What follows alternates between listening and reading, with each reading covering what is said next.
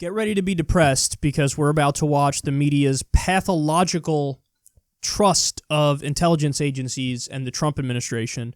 So this was their reaction to the U.S. president unilaterally deciding, I'm going to assassinate a top Iranian general and provide no evidence that there was an imminent threat. Because there wasn't. There was not an imminent threat from an Iranian general against the United States of America. That's insane.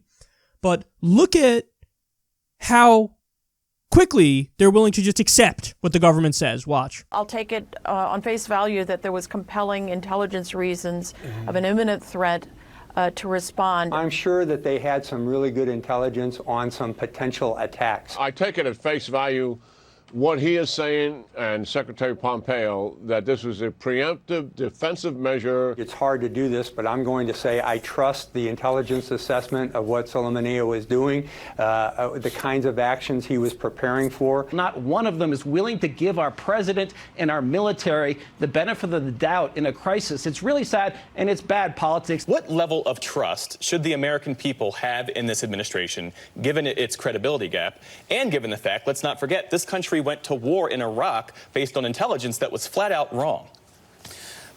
You know, that's not a question that concerns me. And emails and texts from friends in the service all across the world that said that's the last thing we should be saying. Oh no, Iran's going to do something. No, Iran should be worried today that maybe we'll do something again. Maybe your second general is next. If you continue to try to kill Americans, we are the top dog. You respond to us, not the other way around. Bring the fire, Hegg says. No matter well, what, I'm fired up. You're right. Because the president brought the fire. Yes. As a leader, as a follower, you want your leader to reluctantly be strong, and that's exactly what the president did here. Kudos to him. Hold on. We hopped in a time machine. We're right back in 2002, 2003. And we're watching it unfold in front of us. How many people were just like, oh yeah, I'll accept it at face value. Yeah, I'll accept it at face value that there was an imminent threat. Why? Why would you accept that? Why would you accept that? Okay, a top Iranian general was not imminently plotting to attack the United States. That wasn't happening.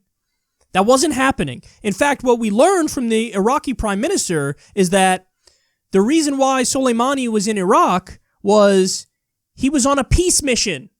He was on a peace mission to attempt to de-escalate tensions between Iran and Saudi Arabia. So, just so you understand correctly, this is a guy who's one of the main reasons that ISIS was defeated. He's one of the main reasons ISIS was defeated. And also, he was on a peace mission at the time he was murdered by the United States president. And they just go out there and say, I'm willing to accept that there was an imminent threat against us. Well, you shouldn't be. I guess you were willing to accept that Saddam Hussein worked with Osama bin Laden on 9/11. I guess you were willing to accept that. I guess you were willing to accept when that fell apart, that crumbled. I guess you were willing to accept that Saddam Hussein has weapons of mass destruction. And by implication, he's obviously going to use them on us if we don't stop him. I guess you were willing to accept that. And then finally, by the way, you know what the last thing they do is, right? After all of their rationales fall apart, they just jump to, he was a really bad guy. That's all you need in order to murder somebody with a machine of death from the sky. That's all the rationale you need. He's a really bad dude. He did wrong things. What you just saw right there is why this show is popular. My show could not succeed if it wasn't for all of these absolute morons who are little sycophantic authoritarians to anybody in the intelligence community, anybody with a suit and tie. Yeah, I'm very serious. I'm in the government. They just shut their brain off. They're, no, okay, whatever. No, whatever you say. I'll take it at face value. There's an imminent threat. There's an imminent threat from Soleimani against the U.S. By the way, I told you, even after minimum pushback, so Pompeo went on the Sunday shows, minimum pushback. They were like, you said there was an imminent threat. I mean, the implication there is that there's an imminent threat against the United States homeland. And Pompeo was like, yeah, I meant that he was in the process of actively plotting something in the region. Oh, okay. Well, first of all, that's very different. Second of all, I noticed all the weasel words you were using before you even said plotting in the region. which leads me to believe he wasn't doing Dickie McGee's acts. And in fact, he wasn't. He was on a peace mission for Iran and Saudi Arabia after having defeated ISIS. Thank you very much. These people have no idea what we just started. Hegseth at the end there is an absolute lunatic. He's a psychopath. He's a maniac. What he was saying at the end there, well, they should be afraid we're going to do something again. These guys would gleefully, with a smile on their face, take you into World War III. Gleefully. He doesn't care about the downsides of war. He doesn't care about, random mothers, sons, daughters in Iran minding their business, trying to live a peaceful life, and bombs are going off next door, and maybe a couple of them lose a leg. Maybe some of them lose their life. Because you know what happens in war? Civilians die. And especially when you got a president who literally on the record openly doesn't care about civilian casualties. He says, Trump just said he's going to attack Iranian cultural sites. That's not a military site by definition. So this is where we're at now. This is where we're at. This callous indifference. And then you wonder, by the way, like, oh my God, why do they hate us? Play that video 3 times over and see how you feel about us after you do that. It really is telling. I want to repeat this fact again because I think it says so much. Nasrallah, who's the head of Hezbollah, as well as the Ayatollah, who's, the leader in Iran, they both came out and gave speeches. In both of their speeches, you know what they said? One of the things they said is, listen, don't get it twisted. We do not, under any circumstances, attack American citizens. We love American citizens. But are we going to attack American military sites? Maybe.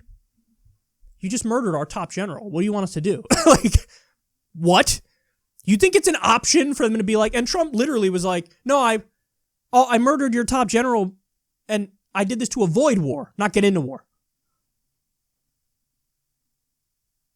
Oh my God, oh my God. But their reaction was, don't worry, citizens, civilians, you're fine. But military sites, hey, they're fair game now, man. And you know what? These guys aren't wrong. And it pains me to say that.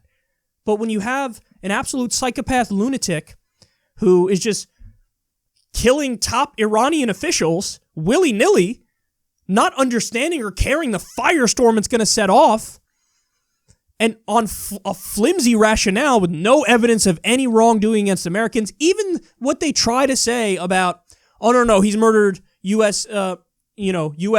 Soldiers in the past. Even that there's no evidence for that.